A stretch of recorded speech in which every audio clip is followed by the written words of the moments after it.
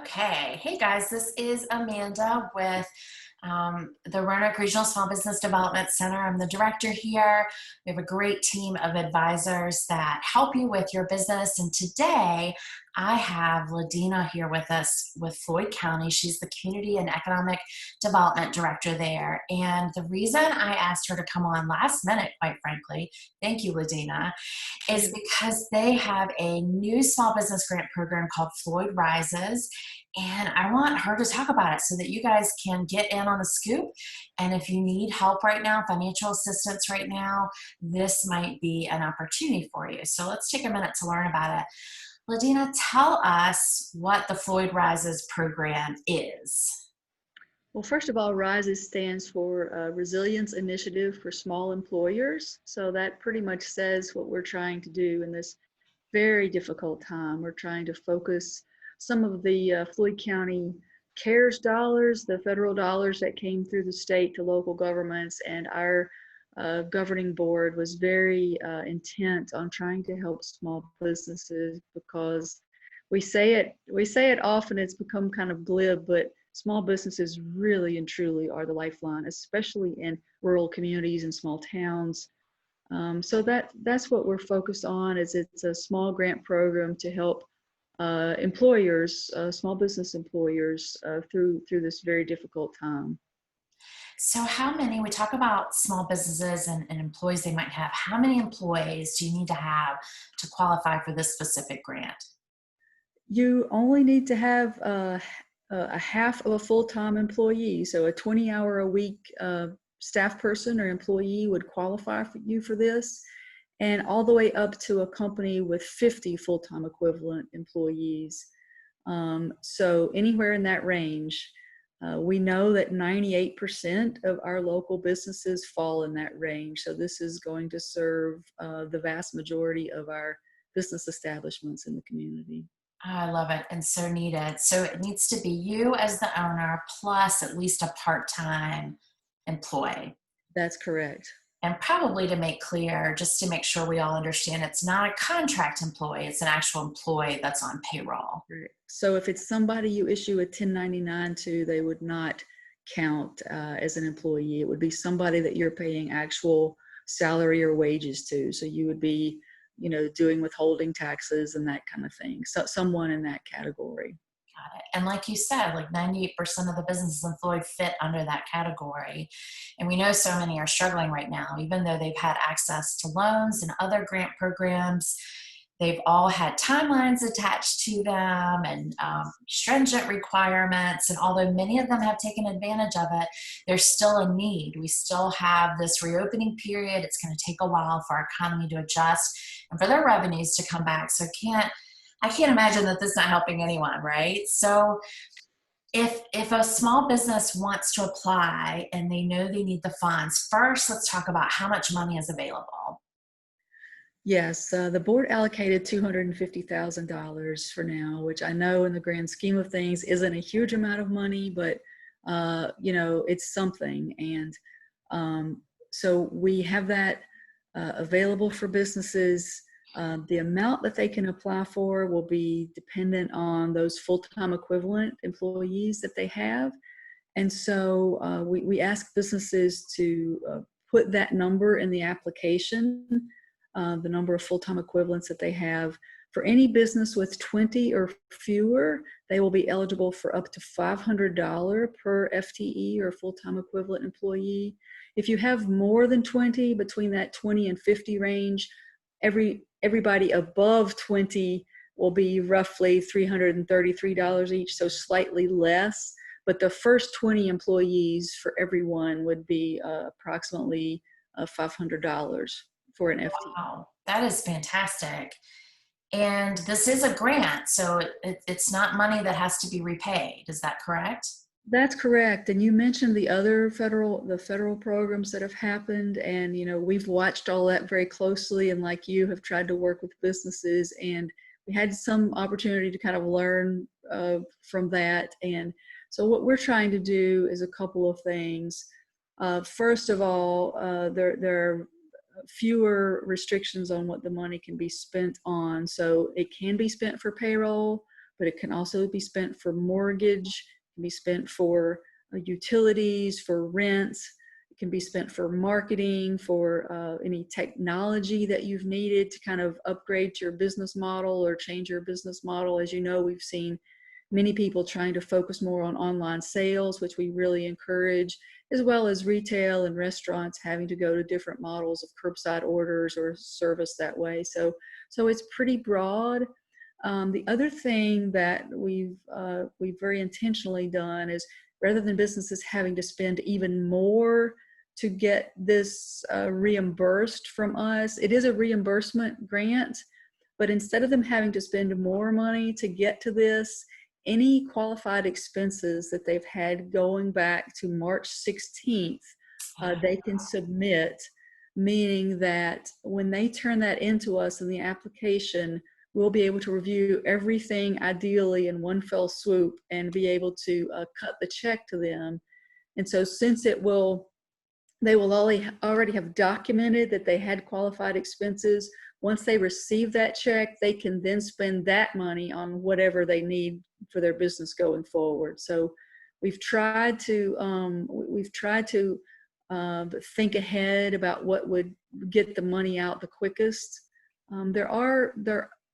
We do have audit requirements that we have to live up to because these are federal funds. And so we do have to ask for invoices. And so that request is in the application.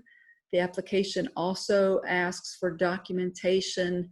Every employer has to submit a quarterly report, as you know, to the Virginia Employment Commission called the FC20.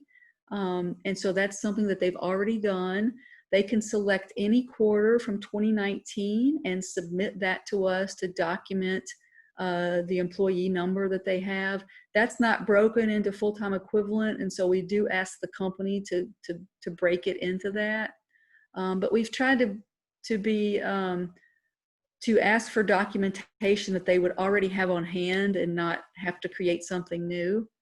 The other documentation that's required is a business has to demonstrate that they've had at least a 20% reduction in either their revenue or their net income. And the reason that we did either or is that some businesses may have had their sales hold up, but their expenses may have gone up dramatically, so that even if they're still having sales, they have taken a big hit. So they can document either of those things, and that can either be through a profit and loss statement that's just for the months of March, April, and May of 2020, as well as March, April, and May of 2019, so that we can see that comparison. Or if they would rather, they can, and then they have sales tax reports, they can share those. Or if there's a transient occupancy business, they can share that report. So we're looking for something, again, that nobody has to reinvent the wheel and do, extra documentation, but just things that people would already have on hand. It sounds like, Lydeana, that you guys took to heart some of the trials that we've been learning, like you said, from some of the other programs that had to be implemented so quickly that a lot of these things couldn't be thought through. So kudos for doing that. I think it's so important to get this money in our small businesses' hands as soon as possible. So if you can make that process easy and with information they already have, it's a no-brainer to apply for it. And then use those funds that they get for whatever future needs that they have. Right. And I'll say, so Floyd businesses, I'm talking to you, I would love to see, if you don't need the money for payroll or you don't need the money for utilities and things like that, if you've got enough revenue to cover that, use this money to upgrade or even get a website. Lydeana, over the last few months, the number of businesses that don't have a website that I just didn't realize, because we, help people with that all the time. So we think everybody has one. And so just, thinking through some of those things you might need, but also so many people have had to use technology in a way they never have before, and it costs. Not everything is free. And so I know companies are holding back sometimes on that because they don't have the money to put into it or are a little leery of it. So I hope this will encourage folks to do that. We've talked a lot about the need for Floyd to be online and get those products out there. Yes.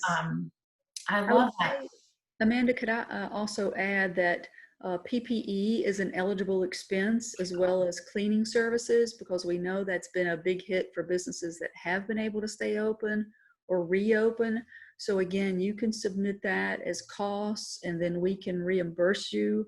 And then you can spend it on marketing or, setting up that website, adding e-commerce to your website.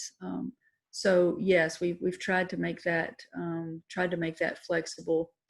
One thing that I also want to emphasize is that you need to do your homework now, because this grant application opens on Thursday at noon, June 25th, and it will be on a first come, first served basis for completed applications. So that means you not only fill in each blank where there's something, but in the places where it asks for an upload of documentation, you have to provide that required documentation.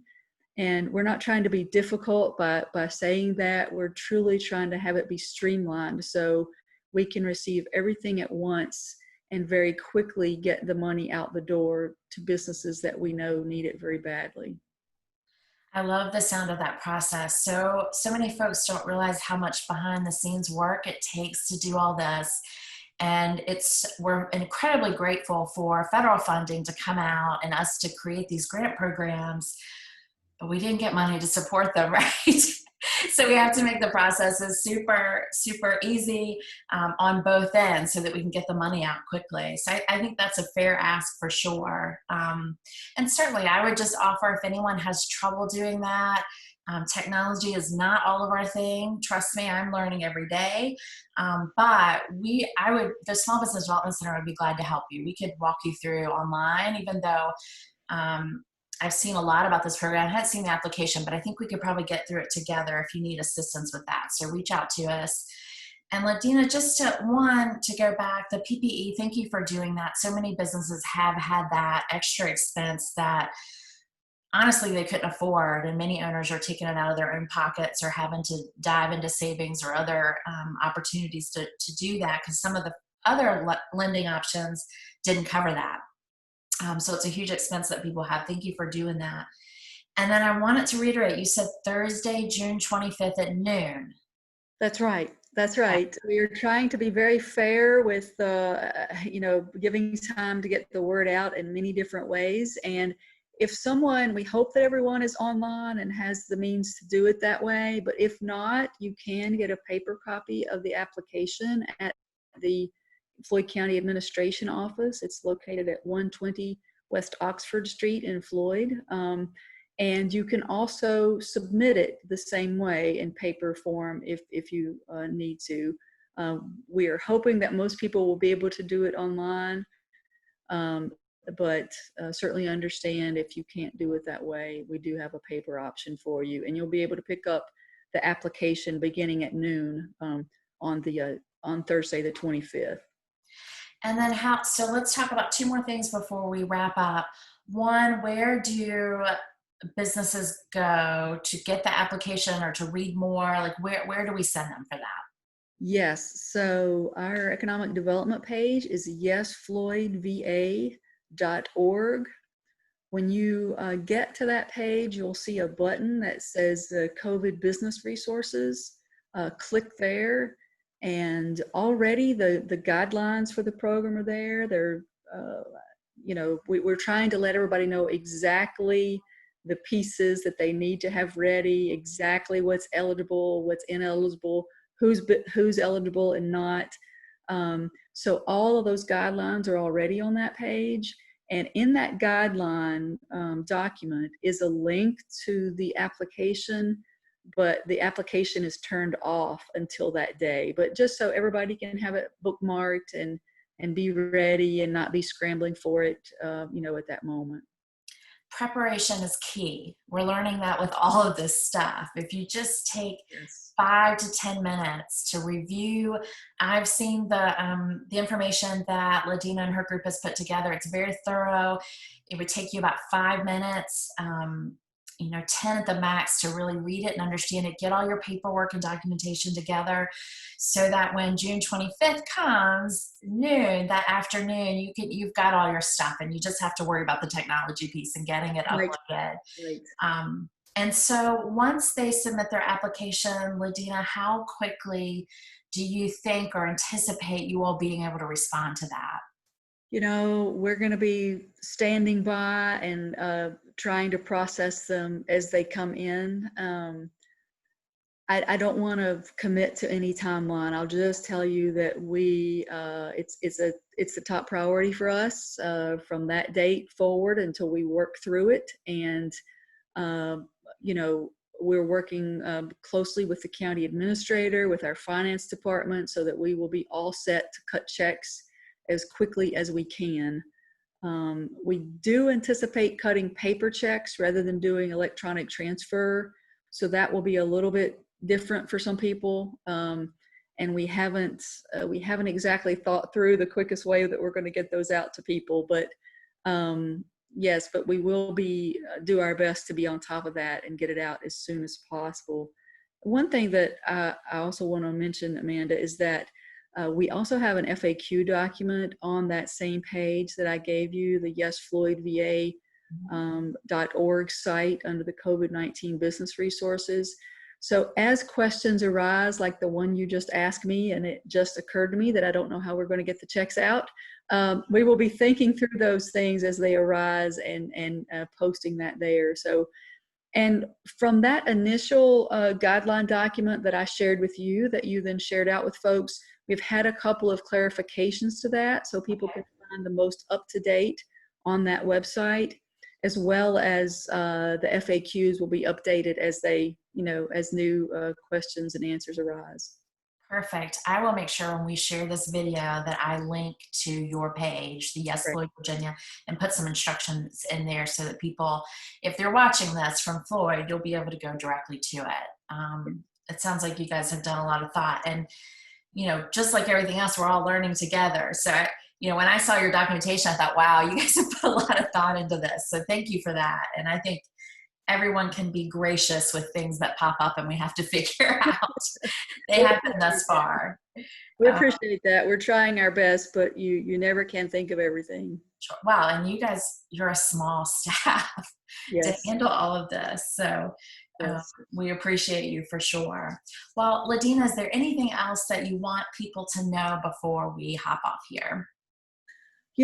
I would just encourage people to apply. Sometimes in rural communities, including Floyd, people are independent and they don't want to ask for help. And as with the PPP program and the cash advance program before that, I encourage people, if you're eligible and you need the money, apply, because in the long run, this will help your employees as well as yourself. It will help the community. And that's why we're doing this. We want businesses to not only survive, but to be able to thrive. And to do that, we all have to lean on each other sometimes.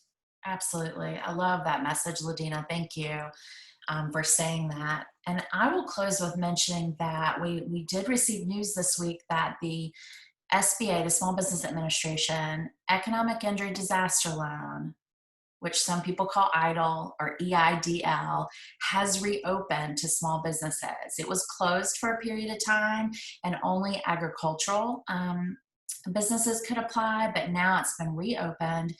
So the cash advance is part of that, which is an advance that is available $1,000 for per full-time employee, as well as a loan that has incredible terms, low interest rate, long payback periods, really incredible. I've had a lot of businesses myself, and man, this is just quite the opportunity to get to have a loan at that rate and be able to pay it back over a period of time. So that's another opportunity for a loan. It's not a full grant. You do have the first $1,000 per FTE is more grant-like. You don't have to repay that back. The other is a loan. And just make sure you're taking advantage of all the resources available to you. Love that Floyd has this program. We'll be talking soon about other programs in other areas if you're not in Floyd. Most of our areas will have a program that's similar, somewhat similar, and we'll keep sharing with that. Lydeana, thank you so much on short notice for joining me. I'm just so excited about this program. I had to get you on. My pleasure. Thank you, Amanda, for all the support you give our businesses and all around the region. Absolutely. You guys have our heart for sure. I will talk to you soon. I know I will. We talk a lot. Sounds good. I'll Take see you care. later. Bye.